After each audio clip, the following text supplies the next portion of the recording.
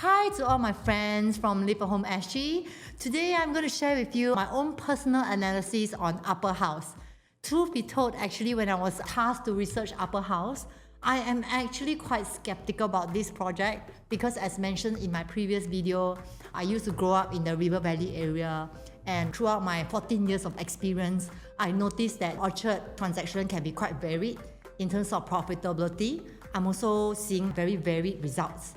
So as I dive deeper into the Upperhouse research, I actually found out a lot of interesting facts which I'm going to share with all of you. So what is it about Upperhouse? A little disclaimer as usual. Everything that I'm going to share with you are all based on my own analysis and research.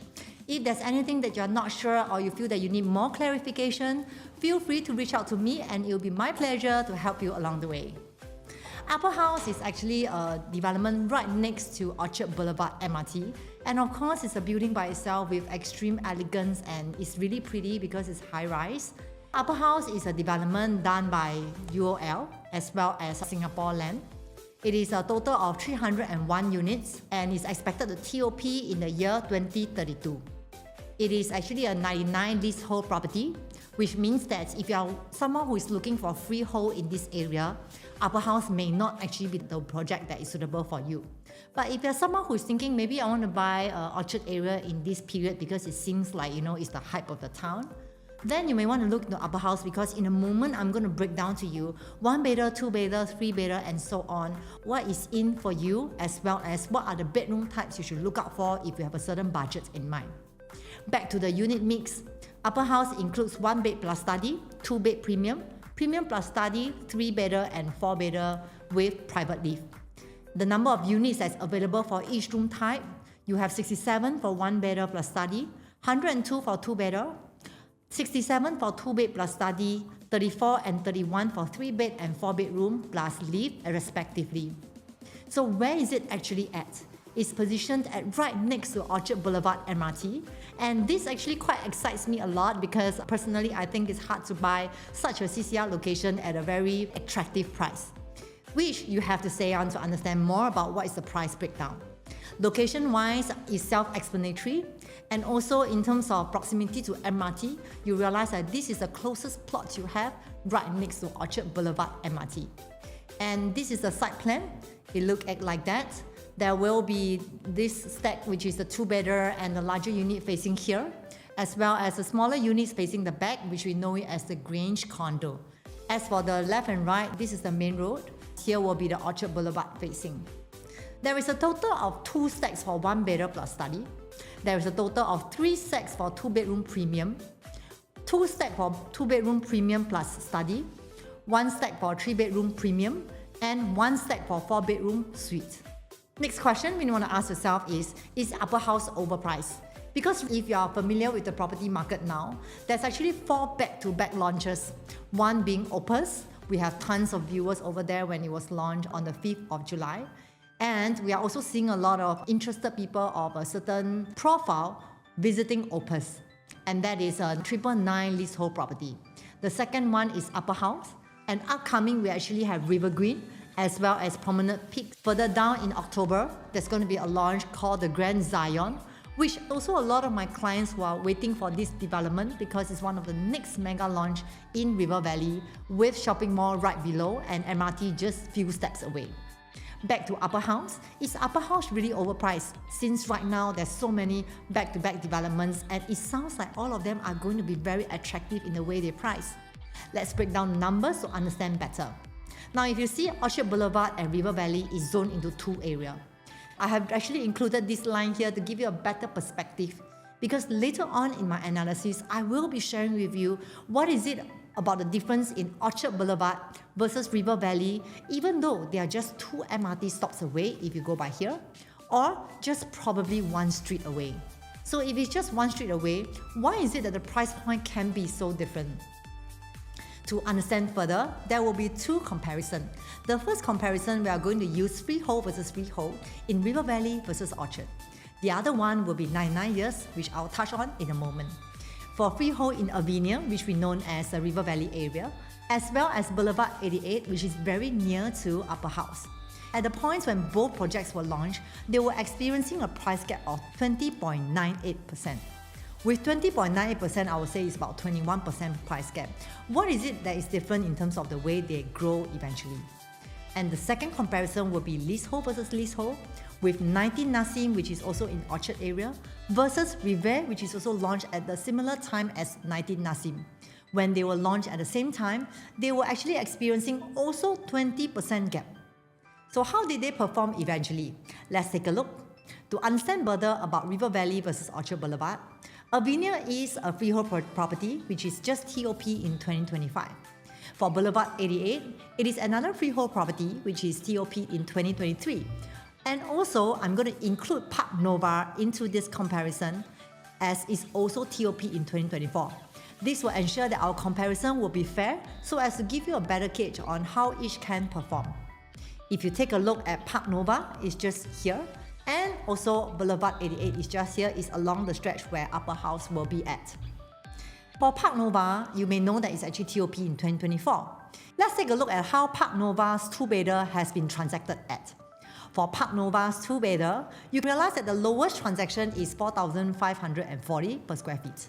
And for the highest transacted is 4,966. That means that if you take an average of these transactions for Park Nova for two-bedder, it will be averaging at 4,866 per square feet. And for Avinia, you can see that the lowest transaction is starting from 2,879 per square feet. And the highest transacted has gone up to 3,369. To take an average of both, if you take a look at Avinia's two-bedder, you can notice that the lowest transaction for per square feet is 2,879, while the highest is 3,383 per square feet. If you take an average of these transactions, you will be positioned at 3,131 per square feet. Looking at the difference between River Valley at 3,131 versus Park Nova at 4,866 per square feet, there is a significant per square feet difference of 1,735, which means that if you take an average of this gap, you can notice the price gap was 43%. Now, why is it that I want to share this with you is because later on you will realize how do you justify if Upperhouse is overpriced by looking at two things. Firstly, is your per square feet difference or the per square feet gap. Second, you'll be also looking at the quantum to see what kind of gap are you entering for Upperhouse versus the rest of the development in Orchard that is non-harmonized. This will give you a better sensing on whether is it worth it to buy Upperhouse or not. Now back to the comparison. For Boulevard 88, you can see that the average transaction for the two-bedder is about 3,868 per square feet. As for Avinia, it is the same at 3,131 per square feet. If I take a comparison in terms of the per square feet difference, you can notice that it's 733 per square feet difference, forming a 21% gap. This is aligned with the initial comparison that I shared with you that there was a 20% difference for most of the development between River Valley and Orchard. How about for leasehold? For leasehold, we are going to use Revere versus Orchard Boulevard and 19 Nassim. The reason why is because Revere is actually TOP in 2023. And for Cuscaden Reserve is 2023 as well, and for 19 Nassim is also TOP at the same period. For 19 Nassim, for a typical three-bedder, you can notice that their average transaction is about 3,576 per square feet. As for Revere, the average transaction sits at about 2,711 per square feet. This forms as a per square feet difference of another 27% gap, which is congruent with the initial transactions or the chart that I show you at between 20% thereabouts whenever both launches are at the same time. This means that if today I'm able to find Upperhouse with a 20% price gap from Orchard versus River Valley, it will be something that is justifiable for you to consider. But if later on you realize that the gap is 30, 40 or even more than that, then this will be something that you really want to think about, because it's either your entry price might be too high, or conversely, if the gap is a lot, it could also mean a very good deal for anyone who's thinking of investing. Back to Cuscaden Reserve, which is a leasehold, you can notice that for Cuscaden, the average transaction is based on 3,737 per square feet. And as for Revere, it's the same at 2,681 per square feet for a typical three-bedder comparison. This forms a 1,056 per square feet difference, forming a 32% gap. So I've actually done up a forecast on the potential price estimation for Upperhouse because I'm really very interested to understand if I'm going to have a benchmark of how much I want to buy in Upperhouse. I will want to see that I'm also able to stay within the 20% gap at least. So looking at the estimation of price, I do want to flag out to you that it is likely that the 1-bedder and 2-bedder or 2-bed plus study could be sitting around 3,000 to 3,002 per square feet range. As for the 3-bedder and 4-bedder, the likelihood of developer probably pricing between 7 to 10% could be higher. This is because if you look at the past record, you can notice that the take-up rate for the larger units in Orchard area seems to be more demand as compared to the smaller unit. So what could be the possible PSF for Upperhouse? It could be between 3,000 to 3,002 starting from, versus River Valley at 2,005 to 2,007 per square feet. Why do I want to share this with you is because it is likely that if you are looking for the rest of the development in River Valley, the per square feet range could also sit around 2,005 to 2,007 starting from. So don't be surprised if you realize that the per square feet for Upperhouse has about 20 to 30% price gap as compared to River Valley, because throughout in history and as per the transactions that I've showed you, it has all along been this practice. And plus, at this point of time, we also understand that developers are experiencing a certain amount of slight pressure in pricing their properties because there's River Valley and there's Orchard all launching within just a 2 weeks gap between each other, and there could be some potential for you as a buyer to look for some good buys, especially with this competitive pricing. Like you have River Valley, Parcel A, Zion Road, Parcel A and B, and even for River Valley, Parcel B, which all of them are going to be launched between these next 2 weeks as well as in October. That means that for Upperhouse, I'm very sure developer will also be sensitive in the way they price it, and if you are looking for an opportunity to enter, do be mindful to check out the entry price as we go along in the rest of the bedroom types. Next thing we want to ask ourselves is, does big gap actually affect profits? Because for everything that I mentioned earlier is to help you to understand that it is a norm for Upperhouse, which is Orchard area, to be 20 to 30% gap as per River Valley. They are just different zonings. And the thing is, how does this benefit you as a buyer if you are able to spot the big gap? What kind of bedroom type should you be prioritizing if your focus is buying for investment? Let's take a look at how the freehold properties have been performing in both River Valley and Orchard. For Park Nova, which is in Orchard, when Park Nova and the Avenue was launched at the same time, you notice that their price gap was 37%. Now take a look at how they have been performing. For freehold properties, you can realize that there seems to be more transactions, and the number of units that actually move more with more profit was the 4-bedder as well as the 3-bedder. So take a look at the 4-bedder, you can see transactions with profit as high as 1 million within just a holding period of 3 years. And as we go along, you can also notice that the 4-bedder transactions is more than $500,000 for holding period of 3 years. Then as you go down to the 3-bedder, you can see that 3-bedder's transaction is about 3 to 400 over 1,000, as well as 2-bedders with profitable transactions at 200 to about 300,000. Now back to Park Nova, which is in Orchard. The number of transactions seems to be lesser. That having said, when I pull out the data, I noticed that Park Nova only have 3 transactions, with one being the 5-bedroom that has made a profit of up to 4 million within 3 years. And for 4-bedder in Park Nova, there's a total profit of 1.37 all the way to 1.8 million, and both of them, their holding period is also 3 years. So from here, you can notice that there seems to be a more inclination or more interest in freehold properties that are larger in quantum or larger in floor plate.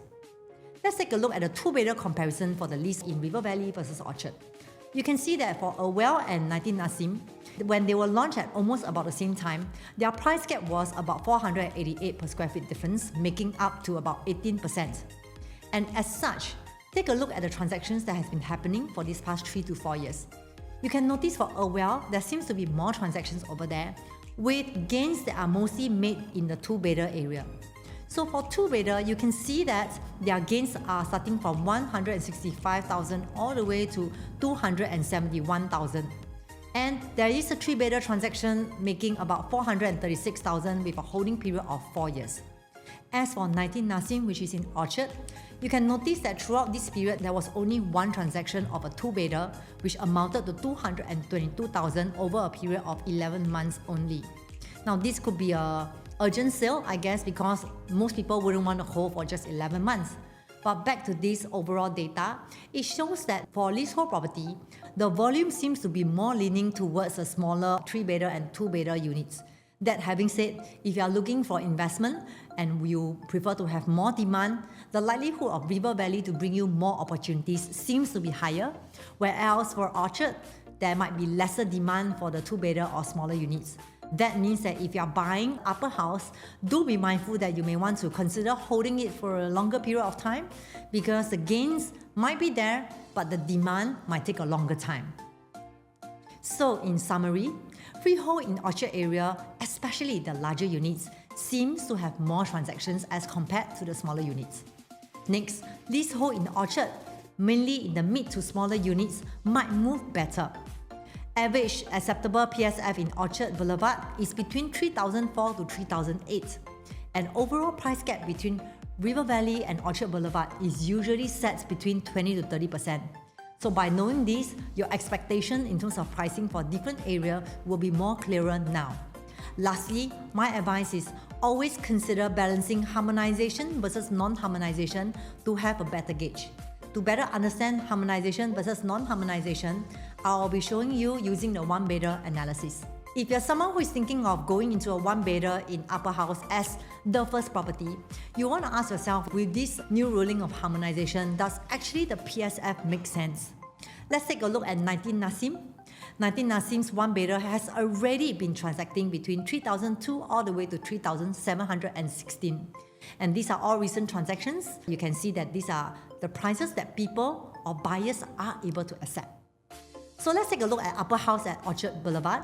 You can notice that the estimated per square feet, if I start from 3,000 all the way to 3,002, your entry price will be sitting between 1.42 million all the way to 1.5 or even up to 1.6 for the probably higher level. Now, if you look at the quantum itself, you can see that actually for one bedder in Upperhouse, you can get something at a 1.5, 1.6 million versus 19 Nassim, which is 2 million. That gives it a very big price gap of almost 600,000. Not to even mention that the total number of units you can expect in Upperhouse for one bedder is only sitting at 67 units. So we are quite confident that the take-up rate for the one bedder could be quite high given the very attractive entry price. So how does this make a difference between a harmonized property versus a non-harmonized? On the left, which is a non-harmonized development for 19 Nassim, I'm going to put one bedder and one bed plus study for comparison. And on the right is a harmonized property, which is Upperhouse. As you know by now, Upperhouse only have one bed plus study. So earlier when I was sharing with you about the transactions for one bedder, you realize that it is only a merely one bedder and not one bed plus study. So for a 2 million in 19 Nassim, you will be expecting to get this layout.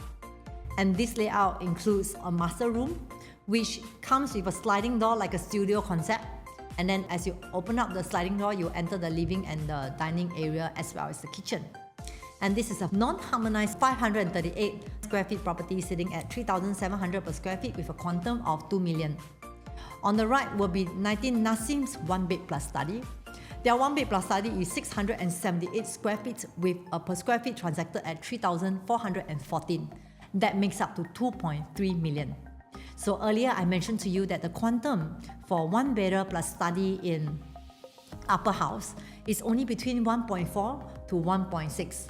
If you really can get a deal between 1.4 to 1.6, here is what is in for you. Remember, it's a harmonized project. To make the comparison even, I will need to remove a 7% difference because this is a harmonized property. So since it's harmonized, there will be 217 per square feet difference, which makes it 2,883 per square feet versus the average transaction of 19 Nassim at 3,006 per square feet. This means that in terms of per square feet gap, should I even out the harmonization to become non-harmonized, we should see a gap of 700 plus per square feet. That makes this gap very attractive, don't you agree? As we go into the quantum, you can notice for a 1.4 to 1.6 in Upperhouse will get you a one bed plus study, and as compared to 19 Nassim's one bedder, It is actually a price cap of 50,000, but in exchange for another study room and also an enclosed master bedroom. This is so much better than a studio apartment concept because most people prefer to have their own privacy in this context. So that is only a 50,000 difference. And if I'm going to put a 1-bed plus study for 19 Nassim to compare with Upperhouse, you can see that the layout is also a bit more efficient. Here is why. Once you enter from the living area, you can notice that the width between the living area or the kitchen for the whole stretch here seems to be narrower. Even though there is also a 1-bed plus study in 19 Nassim, you need to enter from here and access the study area. That means that there will be less privacy between here to the master room. But conversely, if you look at the efficient layout in Upperhouse, once you enter from here, you have a proper space for study and there's no wastage of space as compared to this little area here. The width between the kitchen to the wall or living room to the wall seems to be wider than 19 Nassim. And most importantly is you have one proper master bedroom to yourself. Should you decide to rent it out in future, this will be something that tenants will really look out for. So that's why I mentioned 1-bed plus study in Upperhouse would be up for grabs when they are looking at the balloting process. So what's next? If you miss out the 1-bed plus study, what can you get for a 2-bedder in Upperhouse? For 2-bedder, there's 4 different layouts. That consists of 2 layouts, which is 2-bedroom premium, as well as 2 layouts, which is 2-bed plus study. For the size difference is 64 square feet, which amount to 198,000 if I'm using 3,001 per square feet as a gauge. And then if you look at the floor plan between a normal 2-bedder premium, there's no much difference except that it's actually a mirror image. Whereas for the 2-bed plus study, there is a bit of difference in terms of the entry. One will be shorter entry to the unit, whereas another one, BPS2, will be longer walkway. For those people who want to have more efficient space, you might consider actually this layout. But there's something that I also noticed for 2-bed plus study. This BPS2 actually have a slightly more spacious dining area as compared to BPS1.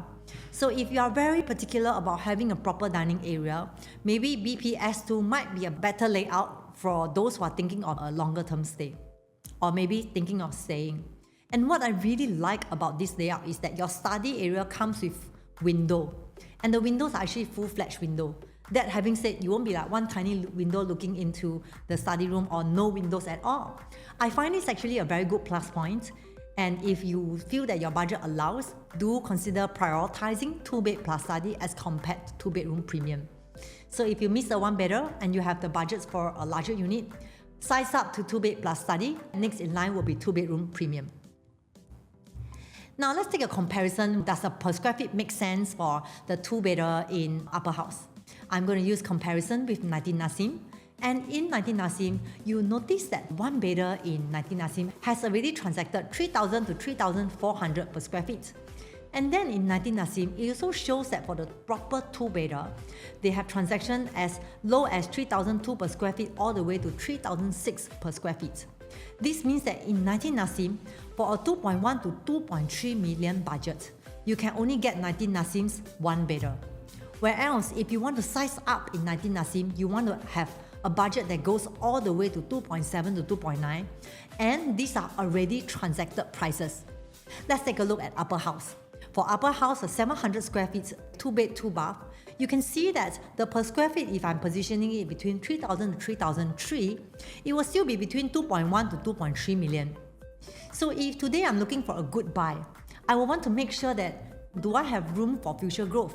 And right now, as we are going to consider Upperhouse, I already have transactions for 2-bedder around me, which is my closest competitor, transacting at 2.7 to 2.9 million. Wouldn't you agree that actually the Upperhouse 2-bedder is quite an attractive quantum to enter? So let's take a look at the floor plan between a harmonized versus non-harmonized. For harmonized in Upperhouse, you can see that the 700 square feet is a very efficient layout because you can notice there's no wastage of space given that it is a dumbbell layout. As you enter from the main door, on the left there is a nicely tucked away kitchen, something that you will not get if you are going for the same quantum in 19 Nassim, because in 19 Nassim, the kitchen is open concept for the 1-bedder. And well, if you're looking for 19 Nassim's 2.7 to 2.9 million two-bedder, you will still have a slightly enclosable kitchen, but not a fully enclosed kitchen like Upperhouse. And then from here, you can also notice that there's a proper dining area away from the kitchen, whereas for the two-bedder in 19 Nassim is actually an open concept here. So if you're buying a two-bedder in 19 Nassim, you will need to create a glass door there and also create a sliding door here to enclose it. But also notice that this will be additional cost for any buyers who are buying a resale in 19 Nassim. And although there's a dining area here, the width over here seems to be more narrow as compared to Upperhouse because this seems more spacious. And then the next thing is also, both rooms are actually dumbbell layout, whereas for the layout is a traditional layout. That means there may be a bit of space wastage on the walkway, whereas you will not find it in Upperhouse. And let's take a look at the quantum and at the per square feet difference. To deharmonize the Upperhouse into a non-harmonized project, I will still take a 7% difference, which is 217 per square feet down to 2,883 per square feet. Versus the average transaction of both one-bedder plus study and two-bedder in 19 Nassim, you will be averaging about 3,500 per square feet. That means that if I look at the per square feet gap, I'm seeing a 617 PSF. And in terms of quantum, you can notice for 2.1 million, as mentioned earlier, you can only get 19 Nassim's one bed plus study with an open kitchen and a quite awkward study area, if I may say. And if you are thinking of sizing up in 19 Nassim, there will be a price gap of 810,000, which is already transacted as compared to Upperhouse. So one is a resale property versus another one is brand new, and yet there's 810,000 lesser. This means that the buyer's profile in Orchard are actually able to finance a two-bedder all the way up to 2.7 to 2.9. So if you're entering a two-bedder, two-bed, two-bath in Upperhouse at 2.1 to 2.3, I would say it is a very attractive pricing because the gap is 800,000. Let's take a look at another Orchard example, which is Cuscaden Reserve. Cuscaden Reserve is also TOP at 2023, so it's actually quite a good comparison. And for Cuscaden Reserve, you can see that their one-bedroom, which is 700 square feet, is already transacted at between 2,794 all the way to 2,981 PSF. That means the quantum itself is from 1.9 million all the way to 2 million in Cuscaden Reserve, and that is only their one-bedder. As for their two-bedder in Cuscaden, notice that their per square feet is ranging from 3,000 all the way to 3,344. This means that if today I'm looking for a two-bed, two-bath in Cuscaden, I will need to expect an entry price of 2.4 to 2.5 million. And over here, you can see that the two-bed, two-bath in Upperhouse is the same between 2.1 to 2.3 million, likely. That having said, if I'm thinking of getting a slightly more affordable two-bed, two-bath in Orchard, and Cuscaden Reserve was one of my considerations, I can now have a chance to realize that even if I'm going in at Upperhouse as a brand new owner, I'm also able to cushion a difference of about 200,000. In terms of floor plan differences, Cuscaden is a non-harmonized project versus Upperhouse being harmonized. If you take a look at the floor plan side by side, the one bed plus study, which is also 700 square feet, will give you a layout of such, where when you enter from the main door, on the left area will be this enclosed kitchen, looks good. And then as you enter here, there will be this study area where you can actually close it up. And then you can actually convert this into your own master area. And if you are thinking of going to the washroom, the inconvenience is you need to enter from here and go into the washroom. And then the kitchen is also open concept over here. Great if you're hosting guests or you don't really cook much. At the end of the day, it's still a one-bedder plus study as compared to two-bed, two-bath over here. Same thing, you have an enclosable kitchen. Both bedrooms intact, both bedrooms with their own bathrooms. So in terms of layout efficiency, it's definitely so much better. In terms of quantum, it's also on par because for a price of 2.1 to 2.3 million, let's say the average transaction is 2.2 million, the difference between a one-bed plus study in Cuscaden versus a two-bed, two-bath in Upper will only be 114,000 difference. So I would say that for those who really wants to buy to have a better rental yield or want to buy for own stay, will definitely prioritize Upperhouse in future if it's put up for sale in the market. How about their two-bedder comparison if I put them side by side? From here, you can notice that two-bedder in Cuscaden is also quite spacious because it's 753 square feet. With that, what you will get is, as you enter from the main door, on the left will be your kitchen and your pantry area where you can get to store your cabinetry and stuff.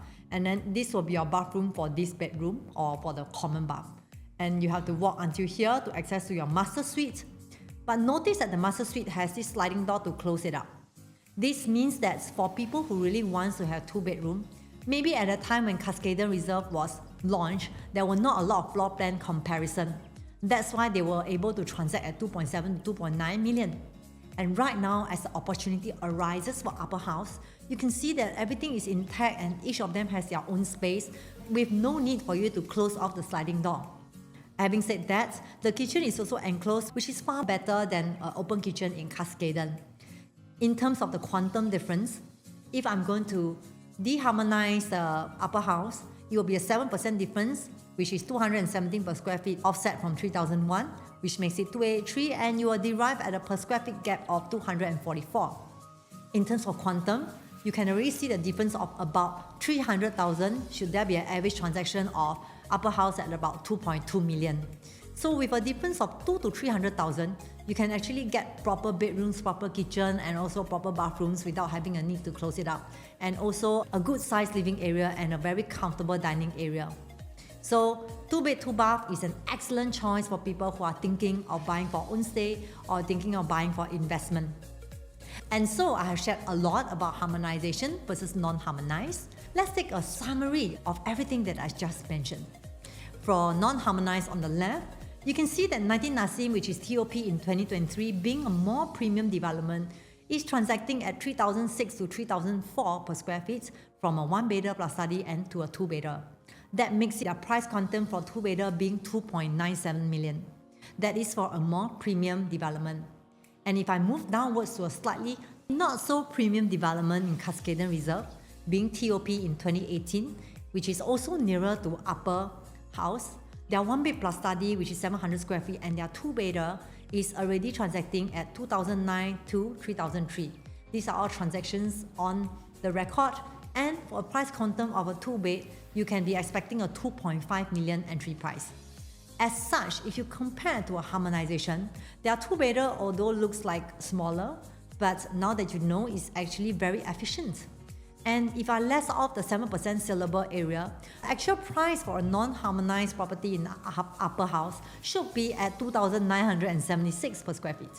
That having said, the quantum is 2.1 to 2.3 million, which is a very big gap because the overall per square feet difference is 541. And the overall quantum difference is 544,000. So this is the exact reason why I say if today your budget is 0.1 to 2.3, prioritize 2-bed, 2-bath, or even better if you can go up to 2.4, prioritize 2-bed plus study. And lastly, I also want you to remember, because of this harmonization ruling, every unit or every floor level as you buy, notice that you're actually saving about 200 per square feet difference versus a non-harmonized project. So let's go deeper into how can you justify if the price makes sense. This is a more advanced level of looking at data. And I'm going to pull out Multi-Modern for you to see. If you recall the earlier sharing I had is, we need to identify that River Valley and Orchard are two separate zoning, and having 20 to 30% gap is a norm. So as such, for Multi-Modern, which is in River Valley, Multi-Modern is also a leasehold property which is TOP in 2021, and they have ranged from 2-bedder all the way to 4-bedder. With that, I want you to take a look at Multi-Modern. Earlier I mentioned to you that if it's a non-harmonized development in Upper, the average per square feet over there will be around the higher range of 2009 per square feet.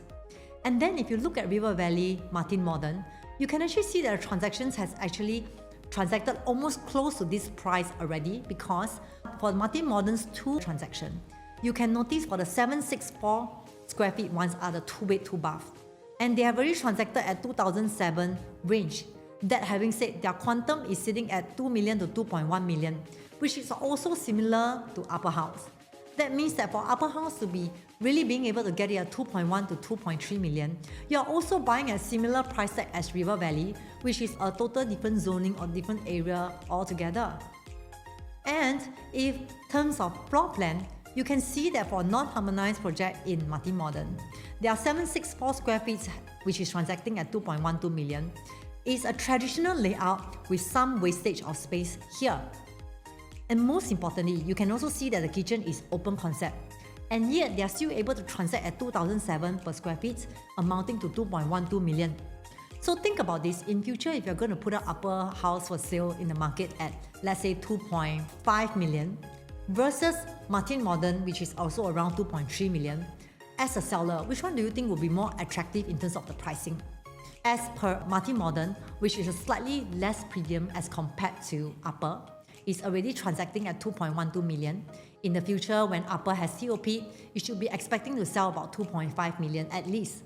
And then by then, Martin Modern will also be selling at around 2.3 to 2.4 million. With this close price gap, do you think buyers will be more inclined towards Upper or more inclined towards Martin Modern? So let's take a look at difference in the per square feet. For Upperhouse, which is 2883 after deharmonizing it, and River Valley at 2007, it is an actual per square feet gap of only 109. Which means that if today at the same time, if you were to choose, would you choose River Valley or would you choose Orchard? So what is the price difference between a 2-bed versus 2-bed plus study in Upperhouse? Since the square feet is 64 square feet difference, it should amount to approximately 200,000. And what would it get you in terms of the rental yield? I'm going to use 19 Nassim as a transaction for you to use as a comparison. For 19 Nassim, you can notice that their 2-bedder transaction is ranged at 7,005 all the way to 8,000. And their 2-bed plus study transaction in 19 Nassim is ranged at 8,000 to 9,800. If you take a look at the average 2-bed rental over there, you can notice that their transaction is around 7,008, which amount to about 4% rental yield for a 2.2 million estimated purchase price. And if I'm going to compare the 2-bed plus study, for Cuscaden Reserve, you can notice that their 2-bed plus study is 900 over square feet sizes. And their transaction can be as low as 7,008 all the way to around 8,000. With these two comparison and we use the average transaction over there, it will amount to 8,008 per month, which will be approximately 4.4% rental yield if your purchase price is 2.4 million. As mentioned earlier, there is a 200,000 of price difference, and both rental yield will still sit at around 4% if your entry price is 2.2 or 2.4 or lesser. So if you are choosing a unit and you notice by the time you decide to watch my video and go into Upperhouse and the leftover units is above 2.2 million, feel free to reach out to me. I can actually do a gauge on rental yield for you to assess if Upperhouse is worth it for you to consider or not. Next, we want to look at the profitability of 2-bed versus 2-bed plus study. For the difference, 764 square feet is the one that is 2-bed 2-bath, and the 800 over square feet are the ones that are 2-bed plus study. In terms of their profitability, you can notice that Martin's Modern 2-bed 2-bath has a profitability of 78,000 to 320,000. As well as for 2-bed plus study in Martin Modern, you can also notice that their transaction for 2-bed plus study seems to be more, and concurrently they have profit as low as 219 all the way to 420,000 over a course of 6 to 7 years. It means that the 2-bed plus study could be a more highly sought after layout as compared to 2-bed 2-bath. That is the exact reason why I would suggest you to consider 2-bed plus study if your budget allows. So what about the floor plan differences for the ones in Martin Modern? The 2-bed 2-bath in Martin Modern, you can notice is also an open kitchen, and also they have a proper dining and living area. The main difference is the kitchen area, one being open for 2-bed 2-bath, and 2-bed plus study, a slightly L-shaped kitchen that if you want to, you can also have a glass here and a sliding door here.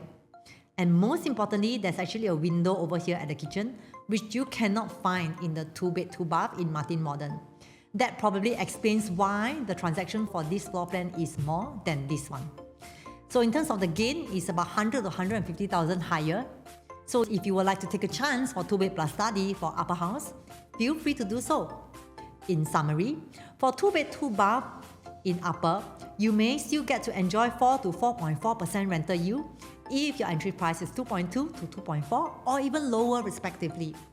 The actual price gap for 2-bed and 2-bed plus study is only about 4% difference between RV and Orchard Boulevard. So this is also if you're entering below 3,002 per square feet. So be mindful of your entry price in terms of per square feet as well. The quantum difference between a 2-bed, 2-bath or 2-bed plus study versus the resale over there can be up to 500,000. Which means that if I were to look at the numbers right now, I would say that the entry price for Upperhouse seems to be extremely attractive.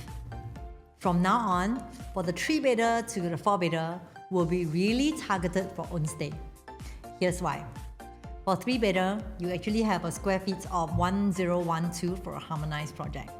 I understand that it sounds really tiny because most of the people in Orchard area will really expect to have larger floor plate, which means that the minimum 3-bedder people are looking for is 1,200 square feet onwards. But let's take a look at the actual efficiency of the floor plan. For 3-bedder premium, there's only 34 units. And because there's only 34 units, we are going to expect that developers are going to be probably pricing this up a little more, or probably 6 to 8% more than 2-bedder, 2-bed plus study, or even 1-bedder. So if you are looking for 3-bedder, the mentality you need to tell yourself is, I'm going to buy this for long-term holding, probably for the next 7 to 8 years, and I'm perfectly fine to hold on to this and wait for growth. But it doesn't mean that it's a bad layout, because later you'll take a look at the price gap. Now back to 3-bedder premium. The 3-bedder premium has only one stack, which is at stack 6 and is facing the Orchard Boulevard. Over here will be the MRT station. So in terms of view, it's going to be pretty nice if you're looking at a higher level. It's from level 2 all the way to 35, which amounts to 34 units as I mentioned. So for 34 units, 3-bedder at 1012 square feet, to be honest, I also felt that it was a bit small when I was looking at it. Well, when I dive deeper into the layout, it kind of looks quite efficient. Why? Because as you enter from the main door, you realize that the kitchen is nicely tucked away in one side. And since it's tucked away in one side, it doesn't eat into your living area. Your floor plan is actually quite squarish. And then there's also a yard that comes with a bathroom at the back. This is what families would need, because as you do your laundry, you need to wash your hands or use this as an emergency bathroom. And all families who are buying 3-bedder would definitely need a storeroom. And this layout comes with the home shelter. For window-wise, you can notice that there's one window over here. And if you are a bit concerned about heavy cooking, I do want to raise up to you that this one window may not be sufficient for you to totally air this place, but it should be good enough if you are doing moderate cooking. Then as you exit from the kitchen, you get to enter into the dining area. And this dining area can comfortably sit up to 6-seater, which is fairly decent for a family of about 4 to 6 packs. And then as you enter into living, you also have your own living space and also a decent balcony that you can even put a coffee table over here if you are buying on the higher level and want to enjoy the view. Then since it's a traditional layout, all rooms are able to fit a wardrobe, a side table and a queen size bed. Similarly for master room, you also have a fairly decent master bedroom size with a king size bed plus 2 side tables. This is very important because even though it's 1012 square feet, we know that it's a harmonized project, you are actually not compromised in terms of your livable space. And I will also think that this 1012 square feet also be one of the room type that might be taken up quite quickly, unless if the developer price it very high. Like for example, it might be 3,500 to 3,700 per square feet or even higher as we go on to the higher floor. So for 3-bedroom, if you're buying for own stay, do be mindful about your price range.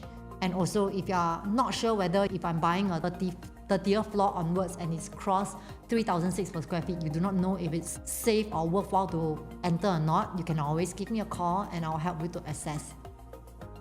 Let's take a look at the 3-bedder price gap, because we also want to know that am I going to buy 3-bedder at a high? So we're going to use Upperhouse 3,500 per square feet as the guide, an entry price of around 3.5 million. Then as compared to 19 Nassim, which is lowest per square feet transacted is 3,279 PSF all the way to 3,819 per square feet. For 19 Nassim, the quantum ranges from 4.9 million all the way to 6 million. With this quantum, the per square feet that they are going in is as low as 3,281 and as high as 3,600. So why do you need to know this? Because if I'm going to enter Upperhouse at 3,005 per square feet, I also want to be backed up with numbers that other people are able to transact at or higher than what I paid for, and therefore this price should be rather safe to go in. But how about the floor plan? So let's put the floor plan side by side for 19 Nassim versus Upper to see what is the difference in terms of the layout and the space. Since we know that 19 Nassim is a more premium development, it is of no doubt that they actually come with a private lift. With a private lift access to your living area, which is wide frontage, and this makes it so much more prestigious than Upperhouse. Well, I'm not saying that Upperhouse 3-bedder is not that good, but for a premium project in 19 Nassim and with a wide frontage living area, their entry price will be going at about 3,651 per square feet, with averaging sold at 5.38 million. And for a slightly less premium development in Orchard Boulevard in Upper, you can see that the 1012 square feet comes with 3,500 per square feet, and the average transaction should be around 3.5 million. This makes it a 1.84 million price gap between a normal development versus a prestigious development. And most people who are thinking of buying an Orchard area, sometimes they can also be quite price sensitive about how much do they want to enter in Orchard. So there will be two kinds of buyer, or rather two groups of buyer who is buying Orchard for own stay. One will be an upgrader from maybe River Valley, or upgrader from nearby Tanglin area or even Holland area to go into Orchard Boulevard as a consideration for their upgrade. With that, they might be thinking about, should I pay 5 over million for a more prestigious location just straight up to 19 Nassim? Or is it okay that I get a harmonized project with a more decent space for my family and saving a 1.84 million price gap? So I would not say 19 Nassim is a better development or Upperhouse is a better development, but rather these two floor plans will attract two different types of buyer profiles. So if you're buying, most importantly is you want to ask yourself, what is the intent of buying the 3-bedder?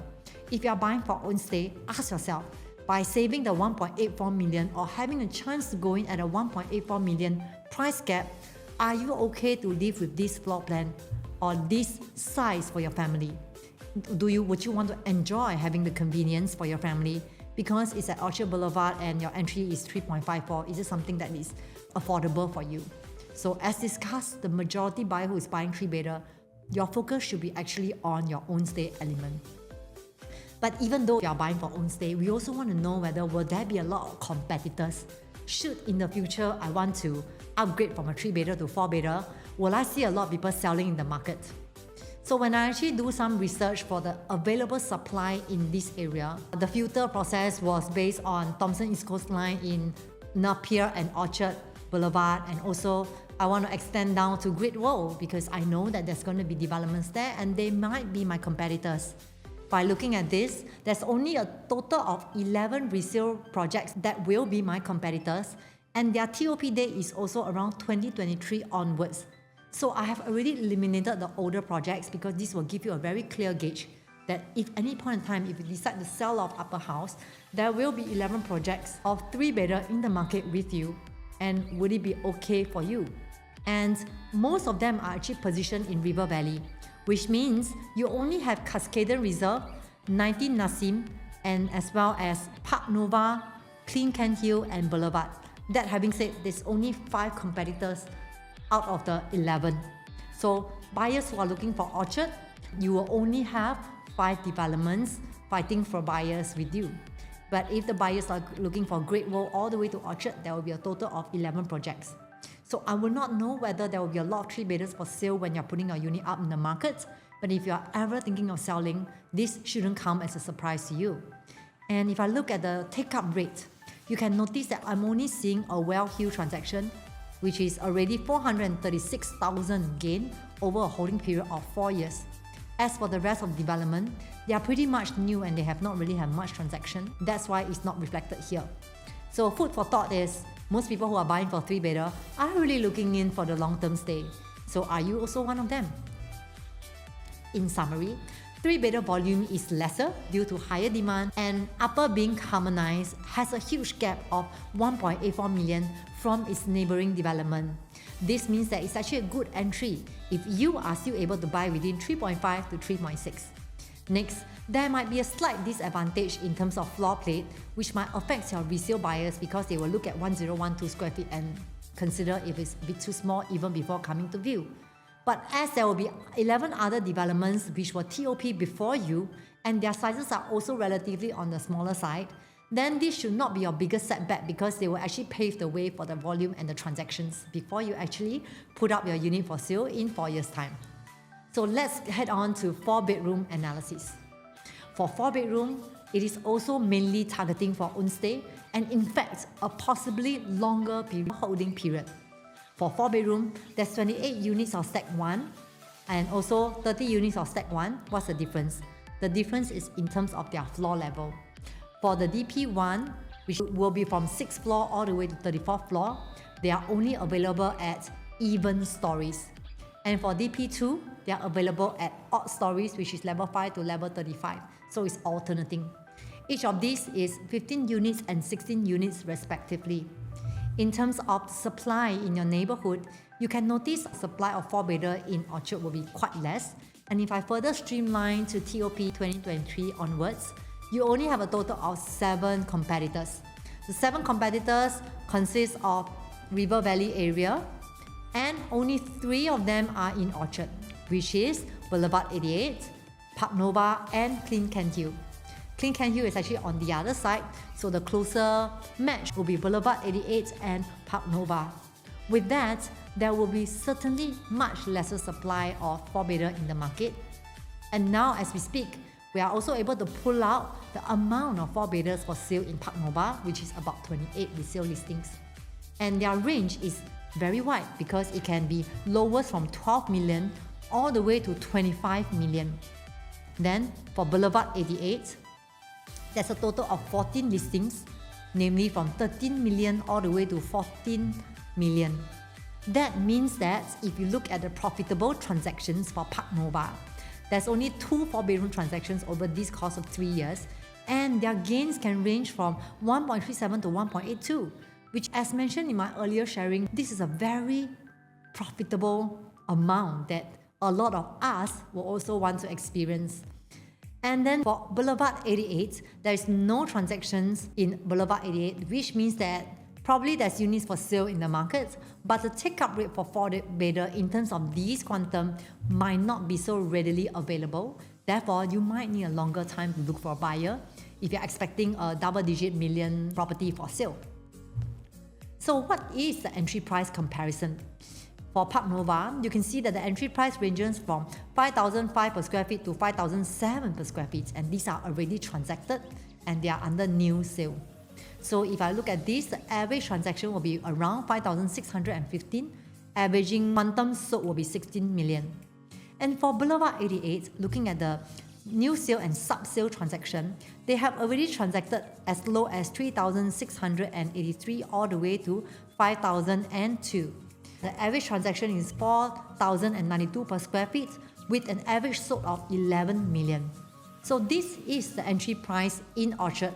But if you take a look at the 4-bedroom price prediction, even if it's positioned at 3,500 per square feet, it should be still at 7.1 million.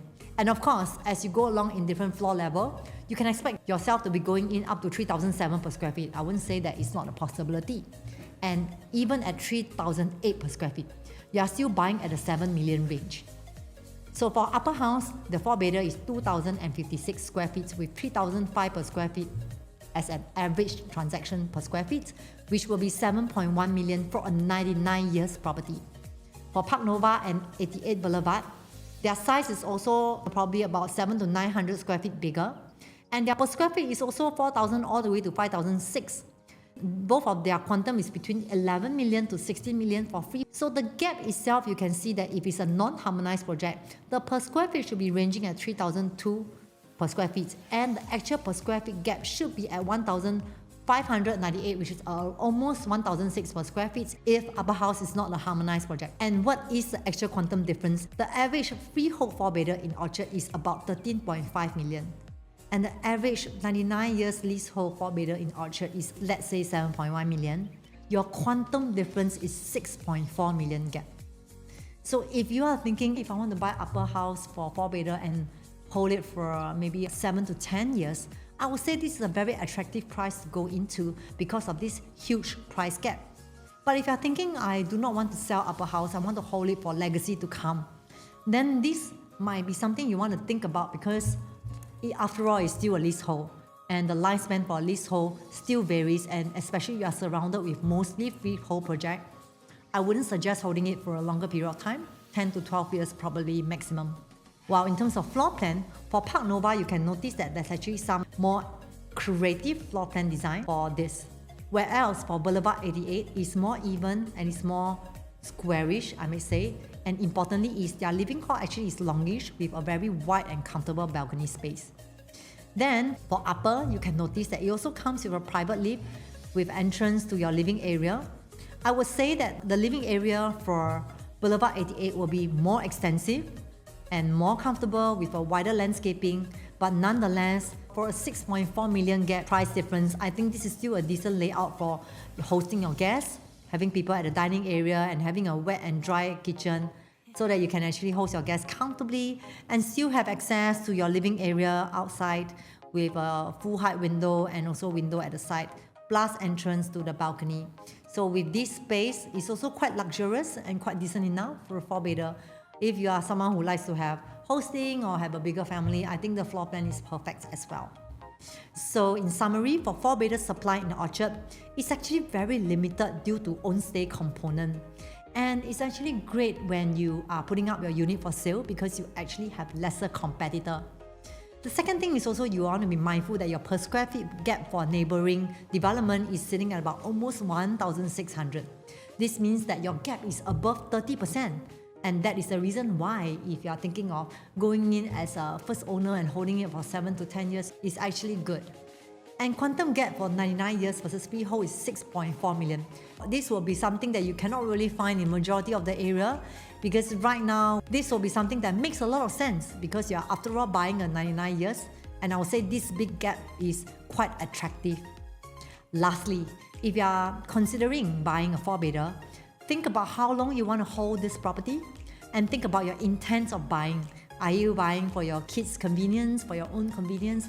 Are you buying this for like a longer stay? Or if you're buying this to grow and also flip, I may say maybe the 4-bedder might not be so suitable for you to consider flipping in 4 years. Because of this quantum, the amount of buyers in the market for a leasehold in this area might be lesser. So consider giving it a longer time to sell in the markets as well. And we have come to the end of our upper house sharing. Do be mindful that the preview is from 5th to 15th of July and booking is on the 19th of July. If you are watching this and it's already over the booking period, no worries. If you are still keen in upper house, I'm also a call away. If you like what I'm sharing and you want to follow more for upcoming future project analysis or even more case study, feel free to check me out on YouTube or you can scan this QR code, and I'll see you on my next episode.